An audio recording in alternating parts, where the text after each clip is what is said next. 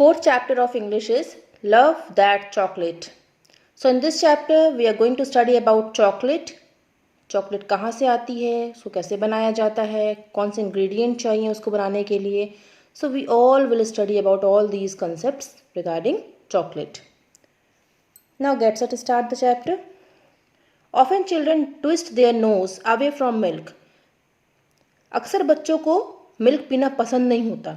Milk का glass देखते ही वो अपनी नोज़ को ट्विस्ट कर लेते हैं. इट मीन्स दैट अपनी वो नाक सिकोड़ते हैं. Why? Because oftenly they don't like milk. But drop a spoonful of powdered chocolate into their milk. लेकिन जब देखिए आप, जब कभी spoonful of chocolate, powdered chocolate अगर आप मिल्क में डाल दें तो क्या होगा? Definitely they will snatch the glass from your hand and gulp it down at once. तो सारे बच्चे फिर क्या करेंगे? अगर आपके सपोज दैट कि आपके ग्लास ऑफ मिल्क में मम्मा ने चॉकलेट पाउडर डाल दिया तो क्या करेंगे आप? Definitely you will run and snatch that glass of milk from your mama's hand and gulp it down at once. आप दौड़ के जाएंगे, मम्मा के हाथ से वो ग्लास ऑफ मिल्क स्नैच करेंगे, छीन लेंगे और उनके हाथ से और उसको गल्प कर जाएंगे. एक ही घूंट में आप उसको पी जाएंगे. क्यों? Because all children are fond of chocolate. सारे बच्चे चॉकलेट के दीवाने होते हैं, चॉकलेट सबको पसंद होता है. The best birthday gift they would love to have is a box of candies or chocolate bars. सारे बच्चों के लिए बेस्ट गिफ्ट क्या हो सकता है? उनके लिए सबसे अच्छा गिफ्ट क्या हो सकता है बर्थडे का? उन्हें क्या चाहिए होता है? What they would love to have as their gift of birthday? Yes, definitely box of candies और chocolate bars. उन्हें या तो बॉक्स ऑफ कैंडीज चाहिए होती है, इसमें काफ़ी सारी कैंडीज हों, स्वीट्स हों, चॉकलेट्स हों, और या तो उन्हें चॉकलेट बार्स चाहिए होती हैं. बच्चों को बहुत पसंद होती हैं. नॉट ओनली चिल्ड्रेन, केवल बच्चे ही नहीं, even grown up loves that chocolate from its mouth watering aroma. सिर्फ बच्चों को ही नहीं, बड़ों को भी चॉकलेट बहुत पसंद है. और सारे के सारे बड़ों की, बच्चों की, सबके माउथ में वाटर आना स्टार्ट हो जाता है, उनके माउथ में पानी आना स्टार्ट हो जाता है उसकी अरोमा को फील करके. What is the meaning of aroma here? Pleasant smell of the chocolate. जो उसकी चॉकलेट की स्मेल होती है उसको यहाँ पर अरोमा वर्ड बोला गया है. तो all the children and adults, सभी को चॉकलेट पसंद होती है. Now where does all this chocolate come from? Now the question arises, अब क्वेश्चन अराइज होता है कि चॉकलेट आती कहाँ से है. So let us read and study about chocolate crop. चलिए हम पढ़ते हैं किसके बारे में? चॉकलेट क्रॉप के बारे में, इसकी फसल कैसे उगाई जाती है. Chocolate comes from the cacao tree. किससे आता है चॉकलेट? ककाओ ट्री से आता है. Which is grown in the tropics. जिसे कहाँ उगाया जाता है? इस ट्री को कहाँ प्लांट किया जाता है? ये ट्री कहाँ पाया जाता है? ट्रॉपिक्स रीजन में. What is a tropic? Tropic region मतलब यहाँ पर क्या है? The region between 23 degree north and south of the equator. Equator के आसपास का जो एरिया है जो कि रेंज से आउट ना जाए, 23 डिग्री नॉर्थ और 23 डिग्री साउथ के अंदर ही रहे, वो एरिया ट्रॉपिक्स है. तो उन ट्रॉपिकल जोन पे चॉकलेट का पौधा, उसका ट्री उगाया जाता है. It grows best in the coastal lands. ये बेसिकली बेस्ट वे पे कहाँ पर उगता है? कोस्टल लैंड्स में. कोस्टल लैंड्स मीन्स समुद्र के या तो वाटर बॉडीज के किनारे का जो एरिया होता है, बैंक का जो एरिया होता है, उसे हम कोस्टल लैंड कहते हैं. The chief producing areas are West Africa and the West Indies and South America. कौन कौन सी कंट्रीज में, कौन कौन सी एरियाज में ये चीफली प्रोड्यूस किया जाता है? Names are West Africa, West Indies और साउथ अमेरिका में चॉकलेट का क्रॉप बहुत उगाया जाता है. More than half of the world's cocoa comes from West Africa. लगभग आधे से ज़्यादा कोकोआ कहाँ से आता है? वेस्ट अफ्रीका से आता है. कोकोआ मीन्स क्या होता है यहाँ पर? Dark brown powder made from the crushed seeds of the cacao tree. Cacao tree में बेटा कुछ सीड्स जो आते हैं, उन सीड्स को क्रश करके उनको पाउडर फॉर्म पे कन्वर्ट किया जाता है और वो डार्क ब्राउन कलर का पाउडर होता है. उसे हम क्या बोलते हैं? कोकोआ. ओके. तो जो मोस्ट ऑफ द कोकोआ होता है वो कहाँ से आता है? It comes from the West Africa. वो वेस्ट अफ्रीका से आता है. The trees are grown from seed and have to be raised carefully as they are very delicate. तो जो ककाओ ट्री होता है उसको किस में उगाया जाता है, किसके थ्रू उगाया जाता है? ऑब्वियसली सीड के थ्रू उगाया जाता है, बीज के थ्रू उगाया जाता है। अब जब सीड के थ्रू हम इस ट्री को उगाते हैं, डेवलप करते हैं, तो इसकी देखभाल बहुत केयरफुली की जाती है, इसको बहुत केयरफुली रेज्ड किया जाता है, इसको पाला जाता है, इसको बहुत केयर की रिक्वायरमेंट होती है। क्यों? बिकॉज ये बहुत डेलिकेट होते हैं, बहुत ज़्यादा नाजुक होते हैं। When young, they need protection from direct sun and wind. जब ये पौधे बहुत छोटे होते हैं, ककाओ के जो पौधे, जो ट्री बाद में कन्वर्ट होता है, पहले तो छोटा सा सैपलिंग होता है, नन्हा सा पौधा होता है ना, तो जब वो पौधे बहुत यंग होते हैं, बहुत छोटे होते हैं, तो उनको प्रोटेक्शन की रिक्वायरमेंट होती है। दे नीड प्रोटेक्शन, उन्हें बहुत ज़्यादा प्रोटेक्शन चाहिए होती है, बचाव उनको देना पड़ता है, उनको बहुत केयर से पालना पड़ता है। किससे किससे उनको प्रोटेक्शन की ज़रूरत पड़ती है, किससे बचाना पड़ता है उनको? Yes, from the direct sun and wind. Direct sunlight उनको नहीं पड़नी चाहिए। बहुत तेज आंधी में अगर वो पौधे रहेंगे तो वो डेड हो जाएंगे, वो सर्वाइव नहीं कर पाएंगे। They are provided with the shade of other trees which also act as a wind break. तो उनको किसकी ज़रूरत पड़ती है? दूसरे ट्रीज के शेड की ज़रूरत पड़ती है। जो अदर बिग ट्रीज होते हैं उनके नीचे पर्टिकुलर प्लांट्स की सैपलिंग को डाला जाता है और वो शेड में ही डेवलप होते हैं। ये पौधे, ये ट्रीज, मतलब कि ककाओ ट्रीज जो होते हैं वो शेड में ही डेवलप होते हैं। अब वो ट्रीज जिनके शेड के नीचे ये ककाओ प्लांट्स डेवलप किए जाते हैं, वो किस तरीके से एक्ट करते हैं? They act as a wind break. Now what is the meaning of wind break here? Wind break का मतलब क्या होता है? अ रो ऑफ ट्रीज और bushes that gives protection against the wind. जब इन पौधों को लगाया जाता है तो एक रो बना दी जाती है। रो किसकी बनाई जाती है? ट्रीज़ की, या तो बुशेस की, ट्रीज़ मतलब पेड़ों की, या तो फिर बुशेस मतलब झाड़ियों की, जिससे कि इन छोटे छोटे पौधों को, ककाओ के प्लांट्स को प्रोटेक्शन प्रोवाइड की जा सके, उनको बचाया जा सके। किससे? डायरेक्ट सनलाइट से और डायरेक्ट विंड से। क्योंकि जो विंड के जितने भी डायरेक्ट करंट्स होते हैं वो ये ट्रीज़ बियर कर लेते हैं और इन पर्टिकुलर छोटे छोटे ककाओ प्लांट्स तक उनको पहुंचने नहीं देते। तो इस तरीके से ये प्लांट्स, छोटे छोटे प्लांट्स ककाओ के सेफ रहते हैं। इसीलिए इन बिग ट्रीज को क्या बोला गया है? Wind break. They actually act as wind break. For what? For these small saplings of cacao plants. Cacao trees do not bear their full crop until they are about 12 to 15 years old. Cacao trees जब वो बड़े होते हैं, धीमे धीमे plants तो tree में convert होते हैं और ये तब तक कभी भी क्रॉप बियर नहीं करते, तब तक वो फ्रूट्स को बियर नहीं करते जब तक कि वो 12 टू 15 ईयर्स ओल्ड ना हो जाए। ट्री का जो पीरियड होता है वो 12 टू 15 ईयर्स होना चाहिए, तब जाके उसमें कुछ फ्रूट्स एंड सीड्स बियर होते हैं ककाओ प्लांट्स में, ककाओ ट्रीज में। When grown on plantations, they are burned to 25 feet. लेकिन जब कभी ये ककाओ प्लांट्स को प्लांटेशन के थ्रू लगाया जाता है तो ये 25 फीट की हाइट तक भी जाते हैं। Now the meaning of plantation is, plantation का मतलब क्या है यहाँ पर? Large area of land where tea, coffee, tobacco etcetera are grown. एक बड़ा सा लैंड का एरिया जहाँ पे सिर्फ टी का या तो कॉफ़ी का या तो टबैको का प्लांट लगाया जाता है, उसको उगाया जाता है। सेम ऐसे ही प्लांटेशन के थ्रू हम चॉकलेट के क्रॉपिंग भी करते हैं। Then the next word which is given here is pruned. So they are pruned to 25 feet. तो ये कितने बड़े होते हैं? अगर प्लांटेशन के थ्रू हम इनको डेवलप करते हैं, इन पौधों को डेवलप करते हैं, तो they are pruned to 25 feet. तो कितने बड़े हो जाते हैं वो? लगभग 25 फीट की ये हाइट गेन करते हैं।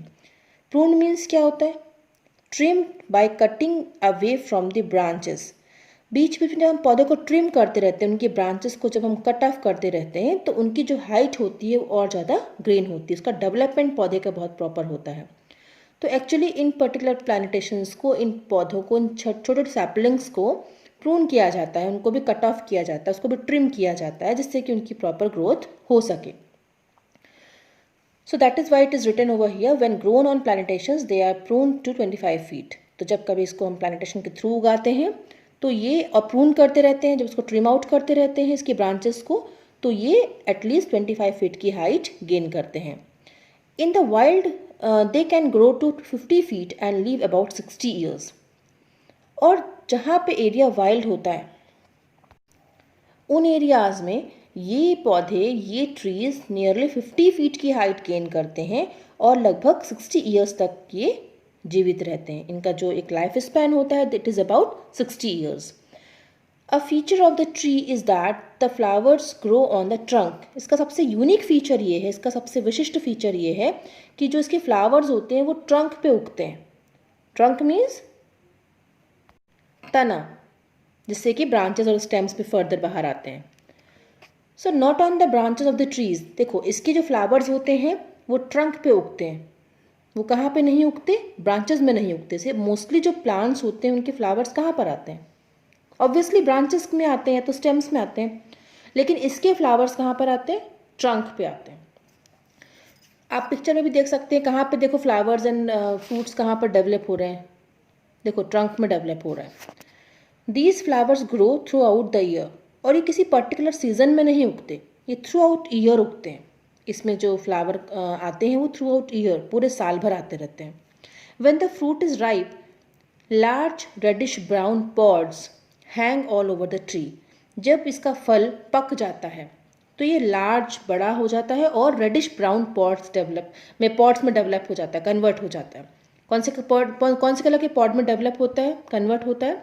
रेडिश ब्राउन पॉड्स में कन्वर्ट होता है। What is the meaning of pod here? Pod means case that develops from the flowers of various plants that contain seeds. Pod means क्या होता है? एक ऐसा केस, एक ऐसा प्रॉपर कवरिंग जो कि आगे चल के फ्लावर से, बेसिकली फ्लावर से वो डेवलप होता है और हर एक प्लांट्स में ये पाया जाता है पॉड्स, और वो सीड्स कंटेन करता है अपने अंदर। उसमें क्या होता है? सीड्स होता है। तो इससे उसके पॉड्स होते हैं वो रेडिश ब्राउन कलर के जब हो जाते हैं तो जब फ्रूट राइप हो जाता है, उसका जो फल पक जाता है तो लार्ज हो जाता है, बड़ा हो जाता है और रेडिश ब्राउन पॉड में कन्वर्ट हो जाता है। और पूरे ट्रीज़ में, ऑल ओवर ट्रीज़ वो हैंग करता है, लटका हुआ दिखाई देता है। It takes about 6 months for the pods to ripen. लगभग 6 महीने का वक्त लगता है, 6 महीने का टाइम लगता है इन पॉड्स को पकने में। The ripe pods are 6 to 10 inches long. पके हुए पॉट्स कितने बड़े होते हैं, उनकी कितनी हाइट, कितनी लेंथ होती है? लगभग वो 6 to 10 inches लंबे होते हैं। Each pod contains 20 to 40 seeds. हर एक पॉड में लगभग 20 से 40 सीड्स या तो बीन्स होते हैं। That are about size of almonds. और वो कितने बड़े होते हैं? ऑलमोस्ट एक आलमंड, एक बादाम की साइज के होते हैं। There are usually 2 harvests during the year, 1 large and 1 small. साल में 2 बार यहाँ पर कलेक्शन होता है सीड्स का, 2 बार यहाँ पर खेती पकती है, हार्वेस्टिंग होती है। और एक हार्वेस्टिंग बड़ी होती है, लार्ज होती है, और एक हार्वेस्टिंग स्मॉल होती है। हार्वेस्टिंग मीन्स जब खेत पूरे राइप हो जाते हैं और जब उसे कटाई करते हैं तो उस प्रोसेस को हम क्या कहते हैं? हार्वेस्टिंग कहते हैं। इट मीन्स दैट इसके भी प्लांट्स में 2 बार सीड्स बियर होते हैं और 6 मंथली वो राइप होते हैं और वो सीड्स को कलेक्ट 2 बार किया जाता है। इसकी हार्वेस्टिंग 2 टाइम्स होती है और एक हार्वेस्टिंग बड़ी होती है। इट मीन्स दैट कि बहुत सारा सीड कलेक्ट होता है एक हार्वेस्टिंग पे, और सेकेंड हार्वेस्ट में कुछ कम सीड्स का कलेक्शन होता है, उसको हम स्मॉल हार्वेस्ट कहते हैं। The pods are harvested whenever they are ripe. तो ये जो पॉड्स होते हैं जिनके बारे में अभी हम बात कर रहे थे, पॉड को जब हम ओपन करेंगे, आप पिक्चर में देख सकते हैं कि जब पॉड को ओपन किया जाता है तो उसमें कितने सारे देखो सीड्स पूरी प्रॉपरली अरेंज्ड हैं, और एक सीड का जो साइज़ है लगभग वो एक आलमंड की शेप का दिखाई दे रहा है। तो एक पॉड में बहुत सारे सीड्स यहाँ पर अंदर होते हैं जिसको क्रश करके पाउडर के फॉर्म पे डेवलप किया जाता है। तो जो पॉड्स जब हार्वेस्ट हो जाते हैं, और उसको तभी हम हार्वेस्ट करते हैं, पॉड्स की हार्वेस्टिंग तब की जाती है जब वो पूरी तरीके से पक जाते हैं, राइप हो जाते हैं। The picker uses a sharp knife to cut the ripe pods from the tree. जो पिकर होता है, पिकर यहाँ पे कौन है? The person who is collecting those pods from the trees. वो पर्सन लेडी भी हो सकती है, जेंट्स भी हो सकता है। तो वो पर्सन जो कि इन पॉड्स को कलेक्ट कर रहा है, इकट्ठा कर रहा है ट्रीज से कट करके। तो पिकर क्या करता है? यूजली शार्प नाइफ से इन राइप पॉड्स को, इन पके हुए पॉड्स को कट करता है, ट्रीज से अलग करता है। The pods are collected into heaps and are then split open in order to remove the beans. फिर इसके बाद सारे पॉड्स को कलेक्ट किया जाता है, उसका एक बंडल, बहुत बड़ा सा हीप बनाया जाता है, और उसके बाद उसको स्प्लिट किया जाता है, सारे के सारे पॉट्स को ओपन अप किया जाता है, स्प्लिट किया जाता है, उसको ओपन किया जाता है जिससे कि उसके अंदर के सारे बीन्स को कलेक्ट किया जा सके। At this stage the beans are covered with the thick pulp which is white in colour. इस स्टेज पे क्या होता है कि जो बीन्स होते हैं वो एक थिक वाइट पल्प से कवर होते हैं। जब पॉट को ओपन किया जाता है, पॉट के अंदर जो बीन्स अरेंज्ड होते हैं वो बीन्स के ऊपर एक कवरिंग होती है। उसको वो कवरिंग किसकी होती है? थिक वाइट पल्प की कवरिंग होती है। They don't have the same mouth watering flavour you discover when you bite into a chocolate cookie. तो इनमें वो फ्लेवर नहीं होता। जब अपन चॉकलेट खाते हैं ना, कुकी खोलते हैं या फिर जब चॉकलेट से कुकीज़ को हम ओपन करते हैं, बिस्किट्स को जब हम ओपन करते हैं, कुकी मीन्स यहाँ पे बिस्किट, तो जब हम चॉकलेट्स की बिस्किट को ओपन करते हैं तो हमें या तो हम जब उसको बाइट करते हैं, उसको हम जब खाते हैं तो हमें एक बड़ा अच्छा सा फ्लेवर आता है, माउथ वाटरिंग फ्लेवर आता है, उसका बहुत अच्छे से स्मेल हमें आती है। लेकिन जब ये पर्टिकुलरली बीन्स को कलेक्ट किया जाता है तब ये फ्लेवर वहाँ पे समझ नहीं आता, वो सेम स्मेल हम नहीं देखते। A lot of processing is needed to get the marvelous chocolate taste. बहुत लंबी प्रोसेस होती है जिसके बाद ये मार्वलस चॉकलेट टेस्ट को डेवलप किया जाता है। First of all the pulp has to be remove from the beans.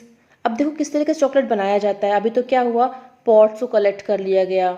अब एक साल में हमने 2 बार हार्वेस्टिंग की, पॉट्स को कलेक्ट किया, फिर उसको हमने ओपन किया, उसके जो बीन्स थे उस बीन्स को हमने अलग किया। अब क्या होगा, अब देखिए क्या हो रहा है यहाँ पर, स्टेप टू स्टेप हम मूव करेंगे। First of all the pulp has to be remove from the beans. पहले क्या करना होता है, पल्प को बीन्स से रिमूव करना होता है। जो बीन्स में जो आउटर लेयर होती है ना, वाइट कलर की जो थिक पल्प होती है, उसको रिमूव करना पड़ता है। The bitter tasting seeds and pulp are heated और placed in the hot sun. फिर ये जो सीड होती हैं बिटर टेस्ट की होती हैं, तो ये सीड्स को और उसके पल्प को गर्म किया जाता है, हीट किया जाता है।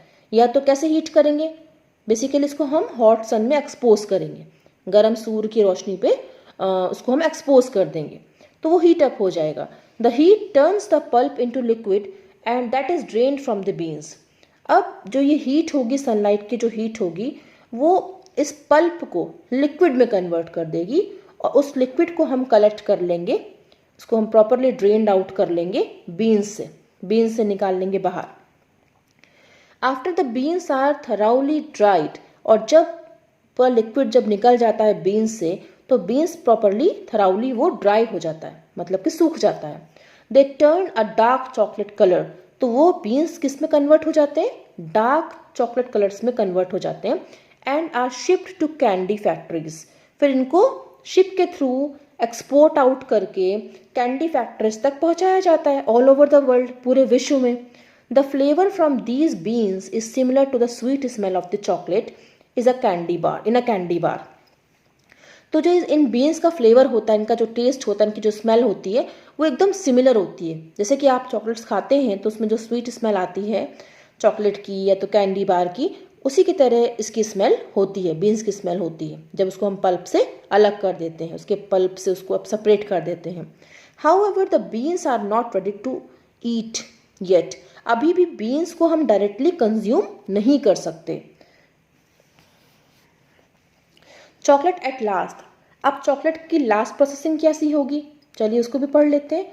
When chocolate beans arrive at factory, जब चॉकलेट की बीन्स को फैक्ट्री तक लाया जाता है, वो जब फैक्ट्री तक आती हैं, दे आर क्लीन्ड थराउली, फिर उसको क्लीन किया जाता है प्रॉपरली, उसको हम फिर क्लीन करते हैं। Then they are roasted in a revolving oven which cracks them. अब जब बीन्स को फैक्ट्री तक लाया गया, उसके बाद उसको थराउली क्लीन किया जाता है, उसके बाद उसको ओवन में पुट किया जाता है। ओवन कैसा होता है, रिवॉल्विंग, मतलब वो घूमता रहता है। उस ओवन में उन सारी बीन्स को डाल के रोस्ट किया जाता है, प्रॉपरली उसको रोस्ट करते हैं, जिसकी वजह से सारे बीन्स क्रैक हो जाते हैं, फट जाते हैं पकने के बाद। The shells are removed with the help of a current of airs. अब जब पूरे के पूरे बीन्स रोस्ट हो जाते हैं तो उनकी जो शेल्स होती हैं, जो आउटर लेयर होती है, आउटर कवरिंग होती है, वो उसको भी रिमूव कर दिया जाता है। किसके थ्रू, एयर के करंट्स के थ्रू। एयर ब्लोअर का इस्तेमाल करके या फिर किसी भी पर्टिकुलर फैन का यूज़ करके उसके सारे के सारे जो शेल्स होते हैं उसको रिमूव कर दिया जाता है। Now we are left with edible pieces called nibs. अब क्या बचा? बीन्स में से पहले पल्प को अलग किया गया, फिर थराउली उसको क्लीन किया गया, फिर ओवन में डाला गया, ओवन में डाल के उसको प्रॉपर्ली रोस्ट किया गया।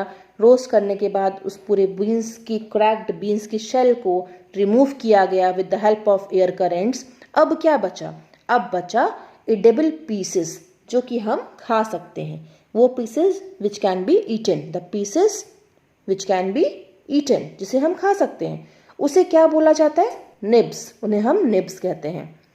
These nibs contain about 54% fat called cocoa butter. अब इन निब्स में ऑलमोस्ट 54% फैट होता है जिसे कोकोआ बटर कहा जाता है।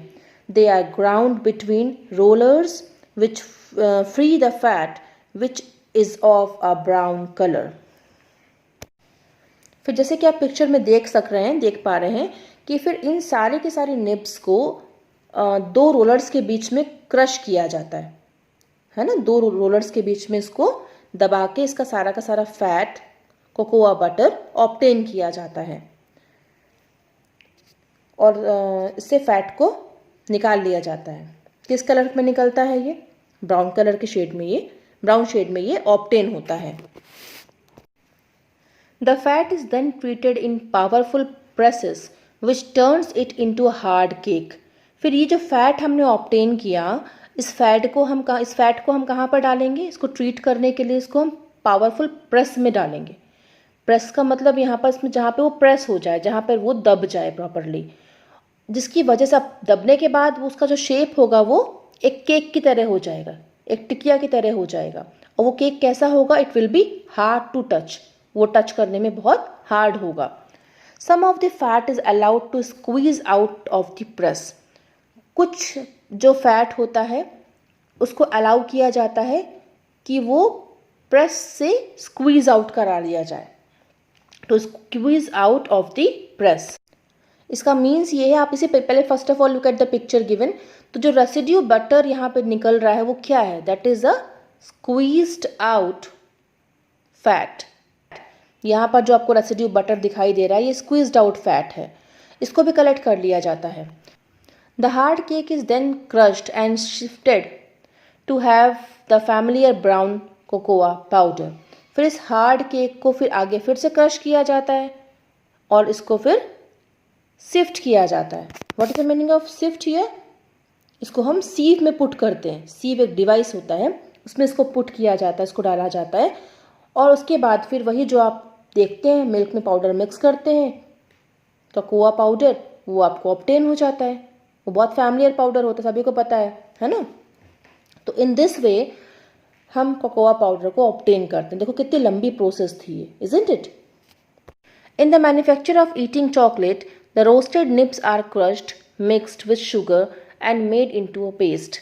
अब जब जब हम चॉकलेट्स का जब मैन्युफैक्चरिंग करते हैं, जब हम चॉकलेट्स को बनाते हैं, खाने लायक जो चॉकलेट्स होती हैं जो आप खाते हैं चॉकलेट्स, जब उसकी मैन्युफैक्चरिंग की जाती है, the roasted nibs are crushed, mixed and with sugar and made into a paste. तो जब हमने निब्स नहीं निकाली थी, अभी तो ये हमने प्रोसेस पढ़ी पाउडर ऑब्टेन करने की, कोकोआ पाउडर ऑब्टेन करने की, लेकिन जब हम चॉकलेट में इसको कन्वर्ट करते हैं तो कैसे कन्वर्ट करते हैं? निब्स जो हमने ऑब्टेन की थी, तो निब्स को ही क्रश किया जाता है रोस्ट करके, उसमें शुगर को मिक्स किया जाता है, उसको फिर पेस्ट में कन्वर्ट किया जाता है। पेस्ट में कन्वर्ट करने के बाद काऊ का जो ड्राइड मिल्क होता है उसको ऐड किया जाता है मिक्सचर पे, अगर मिल्क चॉकलेट बनाया जा रहा है तो। यूजुअली वनीला और other flavourings are also added, और आमतौर पे वनीला या तो दूसरे फ्लेवर्स को भी ऐड किया जाता है। Machines turn this paste into thin dry flakes. Machines का यूज़ करके इस पेस्ट को पतले पतले ड्राई फ्लेक्स में कन्वर्ट किया जाता है। These flakes are then put into a big oblong troughs. उसके बाद इन पर्टिकुलर फ्लेक्स को बड़े बड़े ऑब्लॉन्ग ट्रफ्स में रखा जाता है। It means that oblong troughs means यहाँ पर रेक्टेंगुलर शेप के टेंसिल में इसको डाला जाता है, जिससे कि चॉकलेट पूरा प्रॉपरली मोल्ड हो जाए। In each of these troughs a granite roller is pushed backwards and forwards for several days. और फिर इसी ट्रफ्स में बहुत दिनों तक ग्रेनाइट का रोलर चलाया जाता है, बार बार पुश करते हैं उसको, backward upward forward and backward के को बार बार हम उस रोलर को ऐसे पुश करते हैं, फिर पुल करते हैं, बहुत दिनों तक, सेवरल डेज तक ऐसा किया जाता है। The chocolate is now becomes a fine rich liquid. अब क्या बन जाता है chocolate? Properly fine rich liquid में कन्वर्ट हो जाता है। इसमें बहुत सारा फैट होता है, बटर होता है। This liquid is then run into polished mould where it is left to solidify. फिर इस लिक्विड को जो हमने ऑब्टेन किया, इसको पॉलिश्ड मोल्ड में डाला जाता है, मतलब कि पॉलिश करके एक पर्टिकुलर यूटेंसिल में, मोल्ड में हम उसको पुटअप कर देते हैं और फिर इसको थोड़ा दिन के लिए छोड़ दिया जाता है, जहाँ पर ये पूरा का पूरा लिक्विड सॉलिडिफाई हो जाता है, सॉलिड में कन्वर्ट हो जाता है। When the mould is given a gentle tap the solid blocks comes out. और पीछे से मोल्ड को टैप किया जाता है, थोड़ा सा हाथ से उसको बीट किया जाता है, उसको हम टैपिंग कहते हैं। तो ये सॉलिड ब्लॉक्स जो चॉकलेट के होते हैं, चॉकलेट बार्स के होते हैं, वो बाहर निकल आते हैं मोल्ड से। So in this way we obtain manufactured chocolates. Now next topic is chocolate in your diet. Chocolate bars are a good source of minerals and vitamin B. Chocolate bars किसका source होते हैं? Minerals का और vitamin B का. They add a lot of calories to your diet. इन्हें खाने से हमें बहुत सारी calories मिलती हैं. One small chocolate bar has about the same number of calories as 2 bananas or 150 grams of cheese. एक छोटे से चॉकलेट बार में लगभग उतनी ही कैलोरीज होती हैं जितनी कि 2 बनाना में होती है या तो फिर 150 ग्राम चीज़ में होती हैं। But chocolate like coffee contains caffeine. लेकिन इसका एक इल इफेक्ट ये होता है, इसका एक हार्मफुल साइड ये होता है कि जो चॉकलेट जिसमें कि कॉफ़ी का कंटेंट बहुत ज़्यादा होता है, उसमें कैफीन बहुत होता है। कैफीन क्या होता है? एक ड्रग होता है जो कि हमें टी या तो कॉफ़ी में मिलता है। तो इसमें जब कैफीन की क्वांटिटी बहुत ज़्यादा होती है, which can keep you awake when your body needs rest.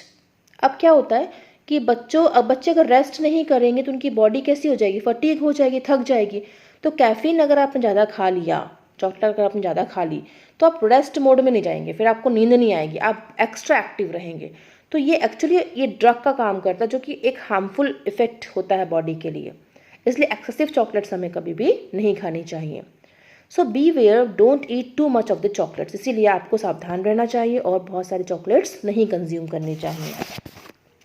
Next topic is chocolate conquers the world.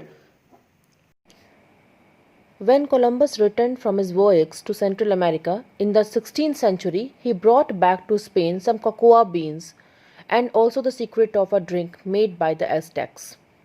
तो जब कोलंबस रिटर्न आए अपने वोयज से, अपनी जर्नी से, लंबी जर्नी उन्होंने जब कर ली, सीखी, और जब वो रिटर्न आए सेंट्रल अमेरिका, जब वो वापस आए 16th सेंचुरी में, तो वो स्पेन से एक सीक्रेट भी लेके आए थे, एक ड्रिंक का सीक्रेट भी लेके आए थे और कुछ कोकोआ बीन्स लेके आए थे। वो जो ड्रिंक का सीक्रेट था वो किसके थ्रू उनको मिला था?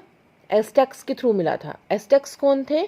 एक इम्पॉर्टेंट रेस होती है ये, जो एंशंट अमेरिका को बिलोंग करती है। मतलब एंशंट अमेरिका जो पुराना अमेरिका था, उसमें कुछ नंबर ऑफ पीपल्स रहा करते थे, उनकी जो एक पर्टिकुलर रेस थी, उनकी जो अलग से एक टोली बनी हुई थी, उसको एस्टेक्स बोला गया। तो उन लोगों के थ्रू वो एक सीक्रेट ड्रिंक का सीक्रेट लेके आए थे। जो लोग वो ड्रिंक बनाया करते थे और पिया करते थे, उसका वो सीक्रेट लेके आए थे और साथ में कुछ कोकोआ बीन्स भी लेके आए थे कोलंबस।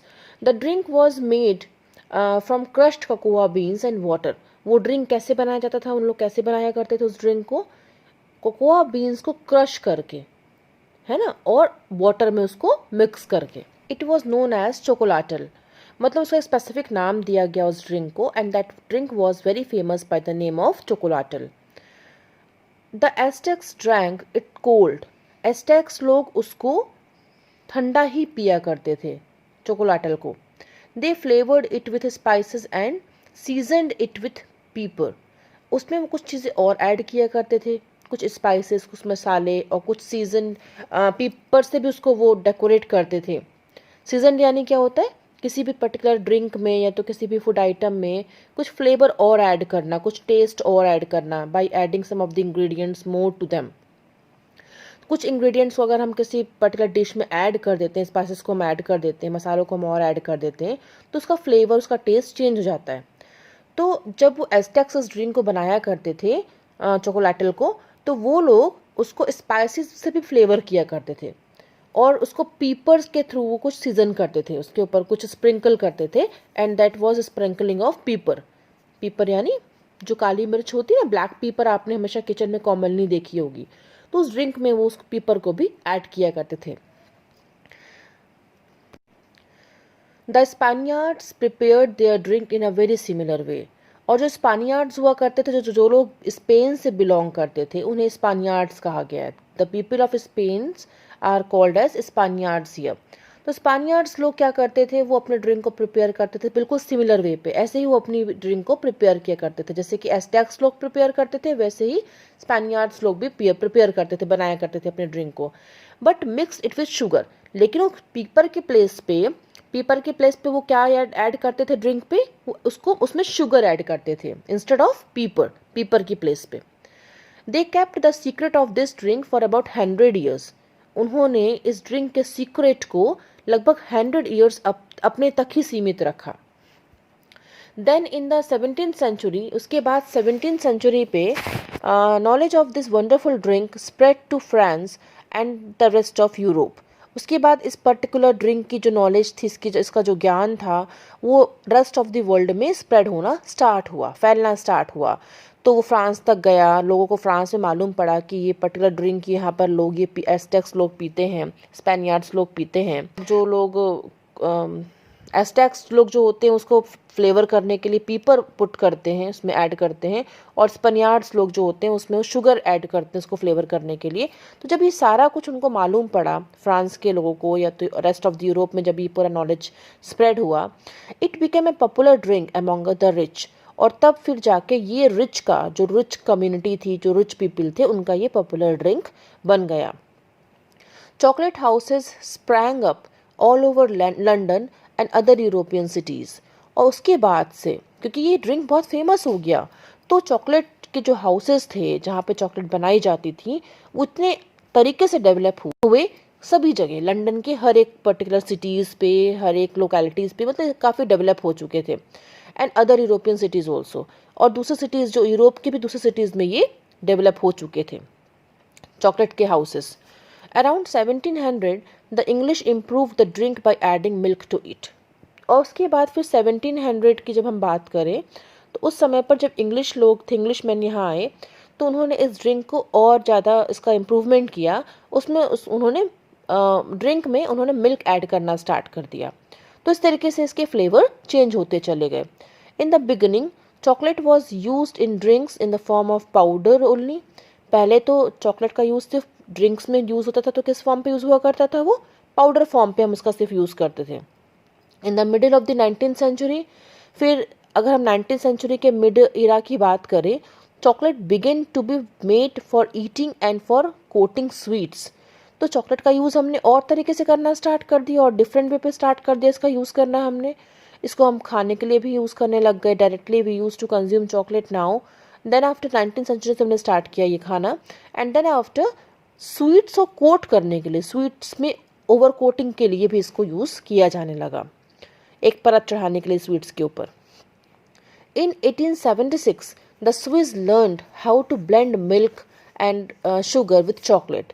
फिर 1876 में स्विस लोगों ने, जो स्विस के लोग थे, उन्होंने सीखा कि किस तरीके से चॉकलेट, मिल्क को और शुगर को हम चॉकलेट के साथ ब्लेंड करते हैं, मिक्स करते हैं।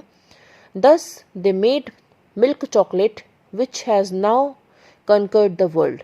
इस तरीके से उन्होंने मिल्क चॉकलेट बनाई, जो कि आज पूरे विश्व में फैली हुई है और उसने विश्व को जीत लिया है। इट मीन्स दैट उसका जो पॉपुलैरिटी है पूरे ऑल ओवर वर्ल्ड फैल चुका है।